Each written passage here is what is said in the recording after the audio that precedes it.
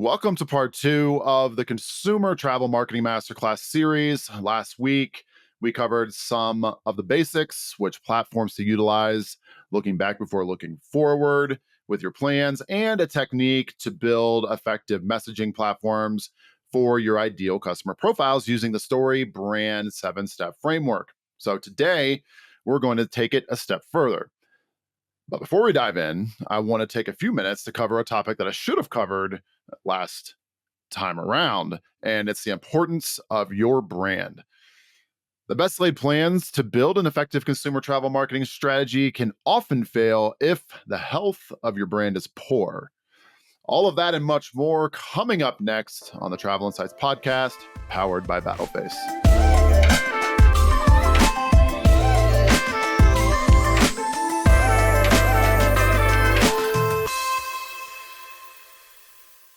Welcome, fellow travelers. Clay Coomer here, host of the Travel Insights podcast. And in this first segment titled Why Brand Matters, we're going to dive into some important aspects of brand design and why it is important to your holistic consumer travel marketing strategy. So let's dive into it. Brand is the beating heart of a company, providing blood flow and nutrients to all the vital organs to function. And I love the heart analogy when talking about a brand, because if something is wrong with a human heart, it impacts the rest of the body. And the same can be said with a brand. If you have brand issues, it will inevitably show up in areas of the company, namely revenue. So now think about what could happen to a company with a healthy and strong brand. Just like a heart, there is a degree of fragility in maintaining healthy vital signs. And it's imperative to monitor those signs and be proactive about mitigating potential issues. So before proceeding onward with the rest of this podcast, to cover the four main phases of travel planning, building an expense plan for paid media, some steps for creating a content calendar, and getting into a probability of conversion matrix, you first need to answer some questions about the current state of your brand. And here are questions that I would advise on you visiting before you start. So number one, what are your core brand values and your company vision? What are you aspiring to be? What are you marching towards? Why do you exist? Do you have established foundational brand pillars that support your values?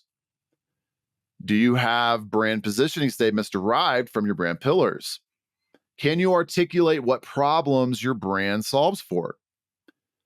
Do you and the employees at your company know why your company exists? If your company can be reviewed and rated online, what are your scores? What are your averages? And how does your company prioritize replying to public reviews and ratings if that's available? And what are the good and bad things that people are saying about your brand? Does your brand have a specific cause or mission that it supports and builds its identity around? And if you could change one thing about your brand, what would it be? So I cannot stress enough the importance of taking time to evaluate your brand strengths and weaknesses and take an honest and real world approach to addressing those questions that I just went through. And be quick to diagnose any issues going on and work with people internally on helping resolve whatever might be going on. And it's critical to understand if you need a stitch or a stent to repair those issues. Okay, so let's continue onward. Coming up next, we're going to get into the four phases of travel booking and how this affects your marketing strategy. Stick with us. The Travel Insights podcast is powered by Battleface. Battleface has cracked the partnership code by offering one-of-a-kind products uniquely designed for how partners, travelers see the world, all backed by 24/7, 365 global assistance services. It's the perfect combination of winning an attachment and enhancing lifetime value. Battleface, built for today's travelers and building for tomorrow's. While the average consumer books a trip 3 months before departing, there's a lot more that goes into the planning process leading up to the point of paying for and actually booking a trip. Have you ever heard the saying, the best time to plan a trip is when you get home from one? Well, understanding the seasonality patterns with typical travel, particularly in the US market, it actually aligns with this often satirical statement. And here's how. It should be no surprise to anyone that in the US market, the two lowest months of travel are January and February. Generally speaking, everyone is broke from the holidays, compounded by kids and college students returning to school. So, for the purposes of this segment, let's use the top travel month of July in the US as an example to capture and outline the main phases of travel planning. So again, July being the top travel month, right? When people are departing. So again, that's what we're using here as the example. So let's work backwards to get there. So December and January. So while December is a high month for holiday travel, planning for summer vacations often begins around the holidays into January. This phase is usually summarized as the inspiration phase when travelers know they aren't quite ready to book yet, but love to be inspired by something new or something trendy. So, as we get into February and March, that inspiration phase might shift into a different phase, which is passive or in some cases active searching to start budgeting for a July trip. But typically, these months are less active because of upcoming spring break trips that take place in March or sometimes in early April. It's the calm before the storm when searching and comparing really starts to heat up. So as we get into April, the active search, price shopping, and comparing is in full force. So it's nearly the end of the school year, and families are wanting something to look forward to and to do during the summer break. And a lot of trip. A lot of trip bookers will make the decision and lock in a trip for July and in April, while some may delay a bit into May to let the bank account rebound a little bit more following the return from spring break. And there is, of course, um, variability to consider here, but the data does not lie for when travelers are number one, booking trips and when they depart, and number two, the months of the year when they are traveling most. All of this is publicly available. You can get it from the Department of Transportation. You can get it from TSA. All of it's there. So those are the four main phases of trip booking. Just to summarize, you have the inspiration phase. Second, you have the passive searching phase, followed by the more active searching and price comparing phase. And then, of course, you have the booking phase. So, those being the four primary phases of travel. If you paid attention in the previous segment, the dots should start connecting to a certain extent. And there are several important factors to keep in mind, but none may be as important as proper segmentation and messaging. Without either, you're likely setting your campaigns up and your investment. You're setting both those up for potential failure. So, word of caution, be particularly mindful of segmentation and messaging. All right. So, before diving in, I am going to hold off from offering specific advice on where to invest your paid media budget.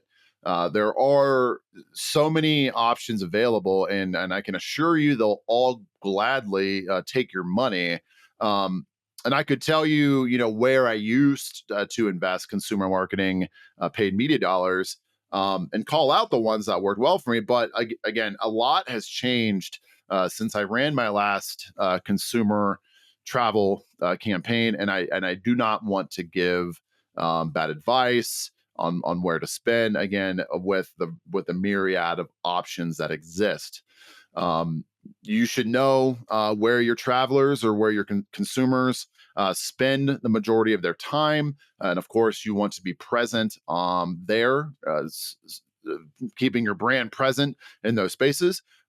So for that, again, I'm going to hold off on offering specific advice on specific channel allocation. The point of this segment is when to spend and what to spend on. So we're going to start with the former, when to invest in paid media.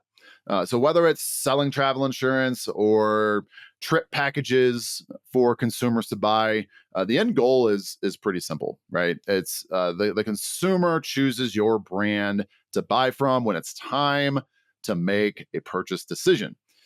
But how can you, as a consumer marketer, aid in that decision making process by way of paid media influence? First is investing in the right type of campaigns during the right times to build up strong brand recall. Impressions, click throughs, reach, frequency, and all other touch points matter. And if your paid media dollars are misallocated or don't align with the phases of trip planning, it could lead to disappointment. Also, if you're operating on a lean paid media budget, you must be diligent about when to invest because every dollar matters. So, what does this actually look like on a monthly basis? And for the sake of simple math, I'm going to use an example using a $1 million annual paid media budget.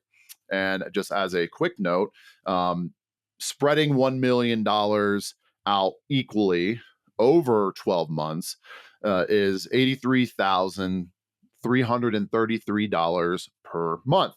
But you do not want to allocate your paid media budget in that way. We call that in the industry peanut buttering the budget, spreading it out equally. We definitely don't want to do that, not advisable. So let's start with the months of quarter one. So focusing specifically on January, February, and March. So these would generally be the peak months for inspiration and passive searching with high travel during the month of March. So for spring break, right? So my advice here is to ramp up your investment in brand awareness campaigns to over 50% of your available Q1 paid media budget. So, what that looks like from a mock budget perspective is that of that $1 million, you have 210,000 allocated for Q1. And on a monthly basis, what that would look like is having a coming out the gate strong in January and February at 75,000 in January, 80,000 in February, again, ramping up that brand awareness spend, but then toning down the spend in total for the month in March to about 55,000. And now that does seem like a pretty drastic shift by going from 80,000 to 55. But again, if you overspend in the month of March, it will likely be somewhat wasted dollars because your audience pool is not going to be as large because you're going to have so many people already traveling, right? So again, the summary here is less focus on consideration and retargeting type of campaigns and dialing down the spend during that month of March when people are traveling and focusing a lot on brand awareness during Q1. So now let's look at the months in quarter two. So for April, May, and June. So these would be the peak months for active searching and travel booking intent signals, with travel beginning to rise significantly starting in June to kick off the summer months. So for the months in quarter 2, I would recommend dialing back on brand awareness and ramp up consideration and retargeting campaigns to really capture the booking intent signals that you get from segments. So for consideration and retargeting combined, I would really look at about 60% of your available budget going to those specifically for your Q2 paid media budget. So what it would look like in terms of actual dollars is for Q2, you'd have about $250,000, so about 25% of your annual budget allocated in Q2. So what it would look like is pretty consistent month to month. So April, 80,000, May, 90,000, and June, 80,000. So again, pretty consistent in Q2. This is, again, a great time to really ramp up your investment, really focusing in on those travel intent signals to cash in on those opportunities. With travel really starting to pick up in the month of June. So now let's switch over to the months in quarter 3. So looking at July, August, and September, we're going to dial back spend in quarter 3 because this is peak summer travel, right? So the months of July and August are going to be the peak months, right? And there's going to be a major slowdown in September. So really what it would look like is from a budget allocation, it'll look somewhat similar to Q1 with a stronger emphasis on brand awareness type campaigns, with ramping up spend in September, with being the highest month of budget allocation in the quarter to account for the active holiday trip booking for the November and December months. So from a mock budget perspective and quarter 3, we're looking at about 180,000 total for the quarter. This will be your lowest spend quarter of the year, again, because of so many people traveling in July and August. So what it would look like in terms of dollar allocation. So July at 50,000, August at 60,000, and then peaking at 70,000 in September, again, to account for the potential searching of holiday trips for the months to come. So now, as we get into the quarter 4 months of October, November, December, the peak travel months, of course, are November and December, specifically for Thanksgiving and Christmas trips, a combination of heightened air travel and road trips. But pivoting the budget back to more allocation to consideration and retargeting campaigns to account for stronger trip booking intent, particularly in October. Plan to allocate approximately 55% of that quarter 4 budget to those types of campaigns while ramping back up on brand awareness into December to reach the inspiration and passive searching audience segments, beginning to plan spring break and summer travel for the upcoming year. So for a mock budget for Q4, would look like this. So you'd have about 210,000 in Q4 to play with, keeping the budget, pretty consistent from September to October at 70,000 in October, ramping down in November because again, a lot of travel is taking place in November, and then ramping it back up in the month of December with that focus on brand awareness to 90,000. So that's the full year by quarter and by month. If you've been doing the math, you'll realize that annual budget does not add up to 1 million. And that is by design. I always recommend withholding approximately 15% of your available paid media budget as a testing fund for channel alternatives or a rainy day fund to go after a new segment or a new campaign concept more aggressively. So, coming up next, we are going to go into content planning for a given year and what topics to focus on, both on a quarterly schedule as well as the importance of maintaining evergreen content and campaign themes throughout the year. Stick with us. We'll be right back. This is the Consumer Travel Marketing Masterclass Part 2 of our series. And for this next segment, we are going to look into planning out a year's worth of travel content. I am going to try to keep this a bit high level, but the reality is that year after year, there are consistent patterns in travel behavior that don't typically change. There are the best times of year to visit specific locations like Japan in the spring, beaches in the summer, Midwest locations in the fall, see the foliage, and of course, mountains in the winter. I live in Colorado. I can tell you that the tourist activity out here in the months of December up until March is pretty crazy.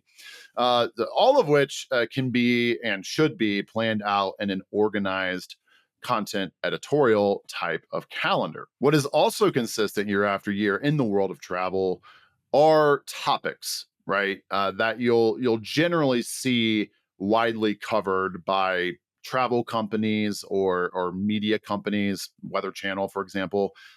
So these topics that are consistent year after year, again, specifically in the U.S. market, are as follows.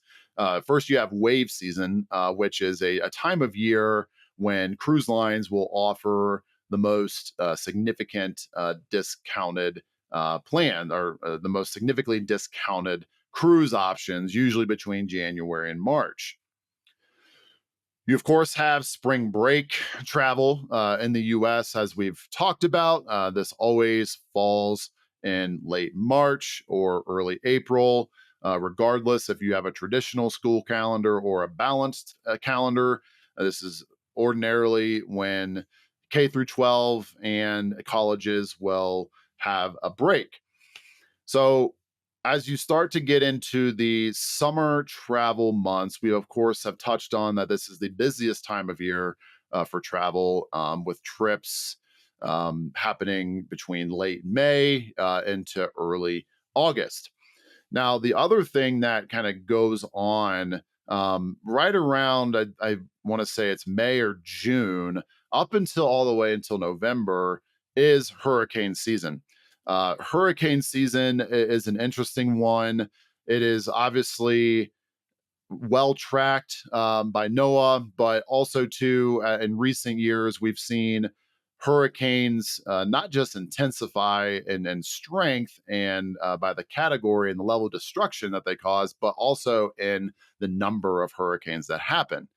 So that time period again is around May to November, with the peak hurricane season generally happening around that August to October timeframe. And of course, that's down in the Gulf of Mexico and the Atlantic coast area. So that's something to be very mindful of from a content perspective. Whether you're offering trip packages or cruises or even travel insurance for that matter. And on the topic of travel insurance and hurricane season, one thing that I will preface is that it is very important that if you are taking a trip during hurricane season and you're booking your trip well in advance, that you'll want to buy a travel protection plan at the time that you're booking the trip and not close to your departure date. Because once a hurricane is named, it is a known event. So you cannot purchase coverage after it is named because it's known. So again, it's very important from a travel insurance perspective with regard to hurricane season to buy your plan early rather than wait. So, moving on, of course, there's Thanksgiving in the US every year. And then, of course, we have the holidays around Christmas and Hanukkah in the month of December, a lot of travel going on there. So those are the very predictable, I'd say, travel content themes in the cycle throughout the year. So whether you're planning to create content to inform or educate, inspire or motivate, or create some kind of sense of urgency, you can't go wrong by aligning your brand messaging to those topics.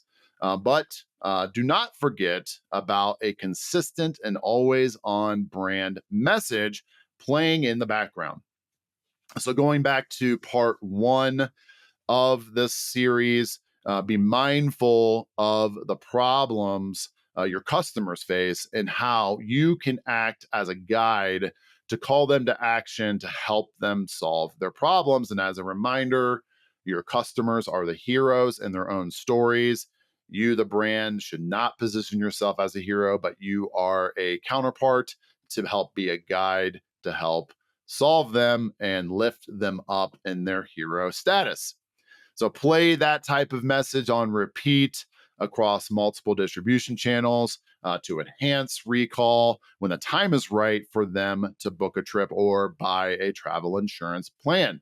Okay, so coming up in our last segment, we are going to dive into the deep end of the pool and we're going to talk about one of my favorite topics, which is a probability of conversion matrix. Don't miss it. We'll be right back. The Travel Insights podcast is powered by Battleface. Battleface started in the UK market in 2018, offering travel protection to journalists covering news stories in conflict zone areas. What began as one product in one country has expanded into a global, multi-regional company on a mission to power the travel insurance industry.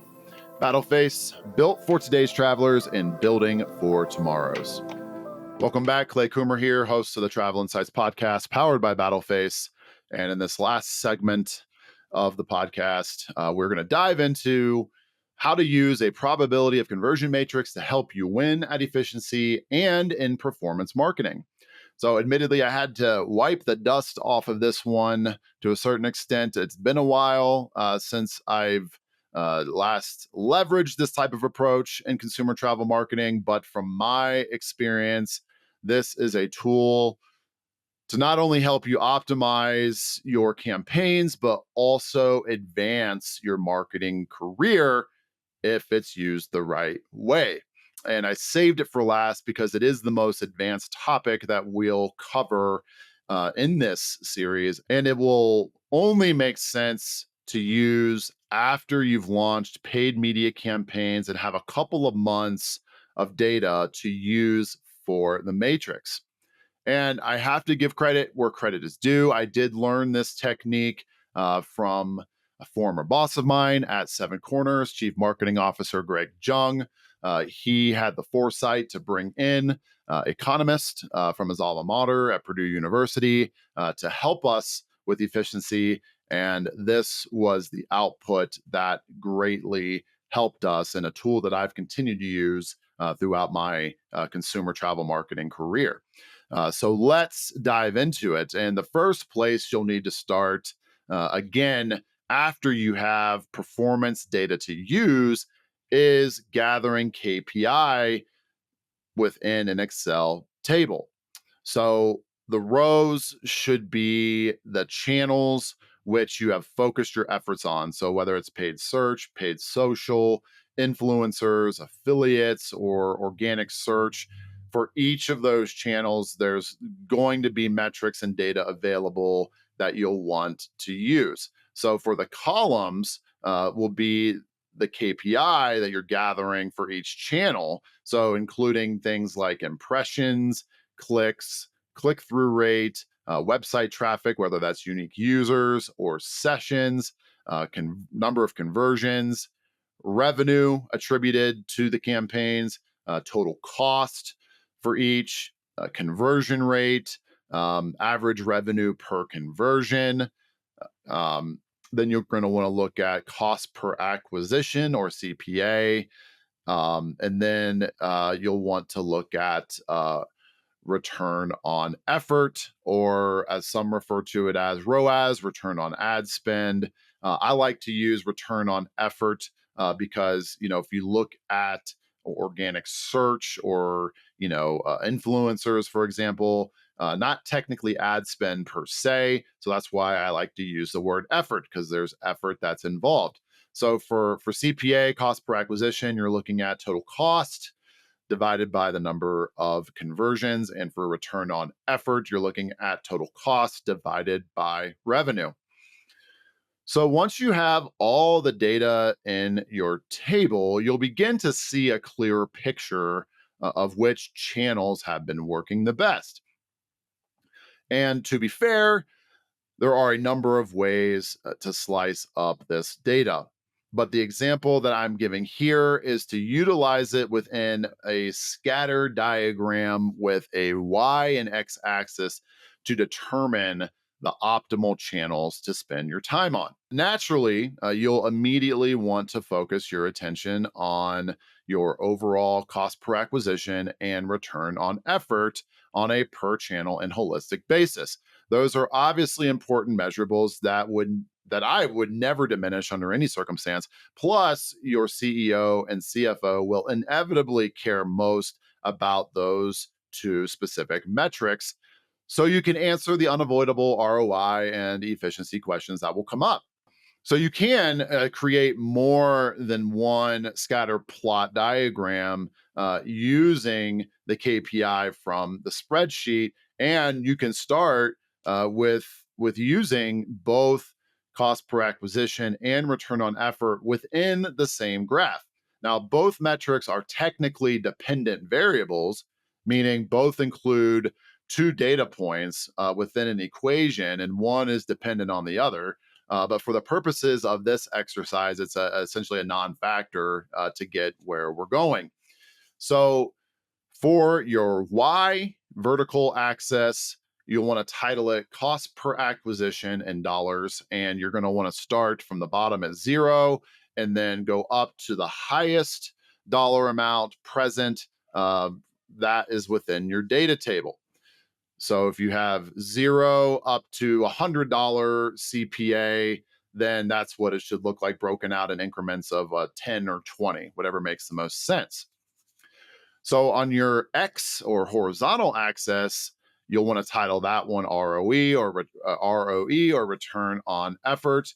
Some people will use return on ad spend or return on effort. They'll use that in a percentage. Others will do it in dollars. For consistency with CPA being in dollars, I would advise setting your return on effort equation in your data in the context of dollars. And to me, it's more easily explainable. So if you generate a return on effort of $4, for example, you generated $3 in revenue for every $1 spent. Similar to your y-axis, start at 0 to the furthest left, up to the highest dollar amount present from your data table for return on at the return on effort KPI. So if you had an ROE of $10 for a channel, be 0 to 10 in increments of 2 or 1, whatever makes sense.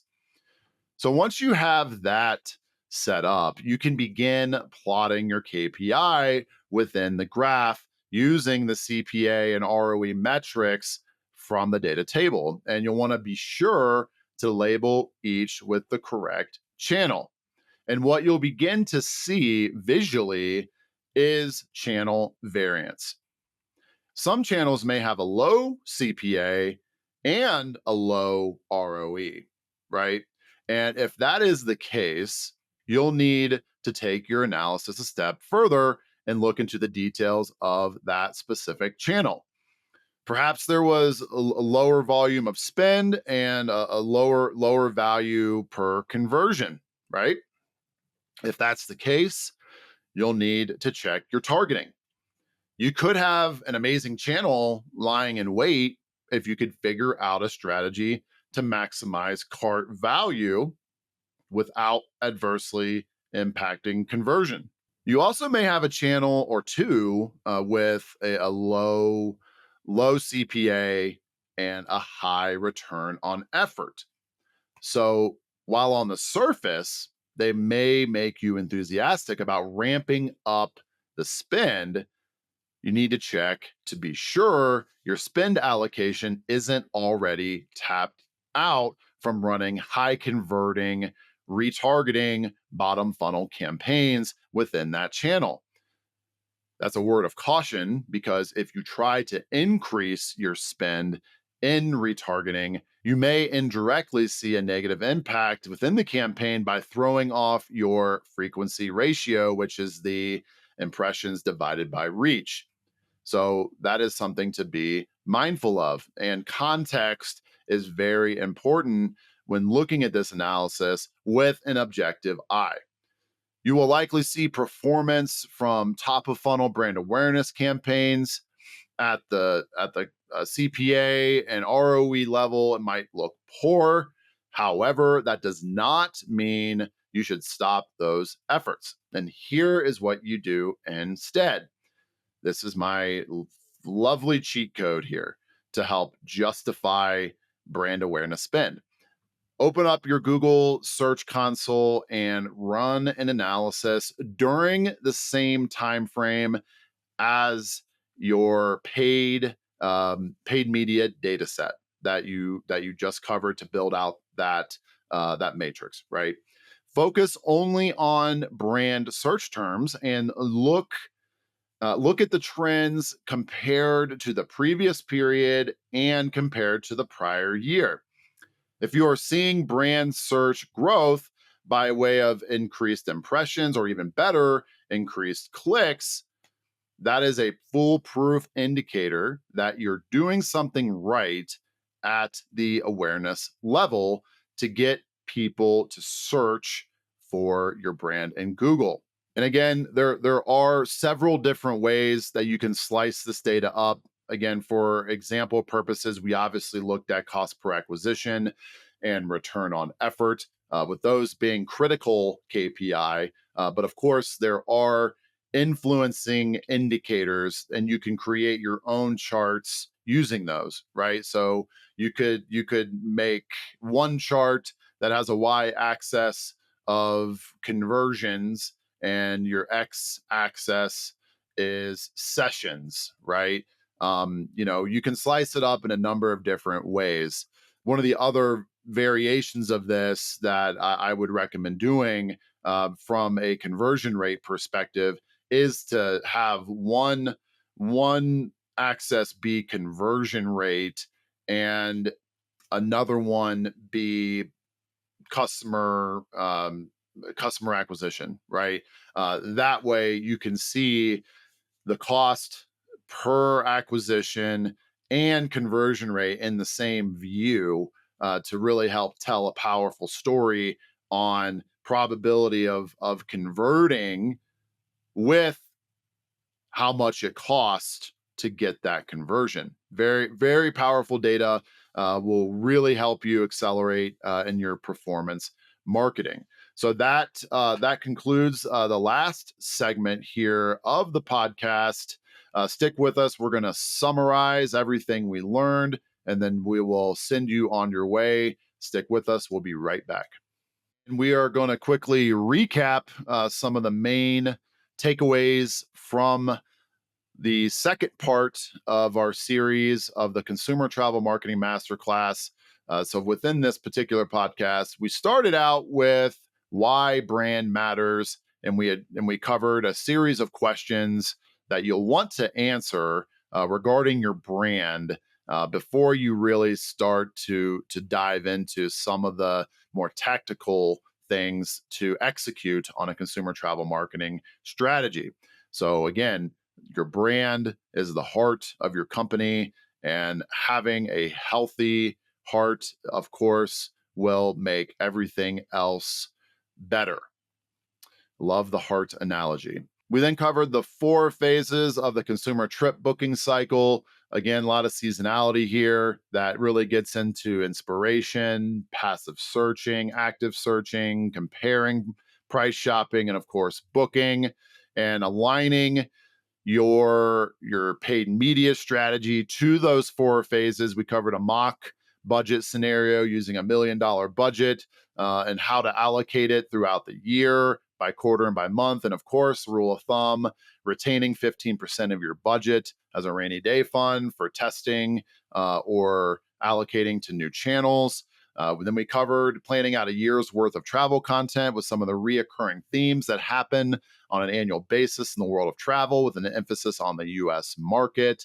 One thing to take away there is being mindful of hurricane season, as it can greatly impact travel, particularly with travel to the southeast. And then we just got through the probability of conversion matrix with a couple of scenarios there, one of which was using the cost per acquisition and return on effort approach, but also too, you can look at it with a conversion rate metric tied to your cost per acquisition. Again, very powerful insights that can really help you excel, not just in performance marketing, but also in your career. And again, your CEO and CFO will greatly appreciate seeing this level of data in a simplistic way to help you get more budget in the future. So that has been part 2 of our Consumer Travel Marketing Masterclass. Thank you so much for tuning in. I am Clay Coomer, head of marketing at Battleface and former consumer travel marketing expert, now helping you create your plans going forward.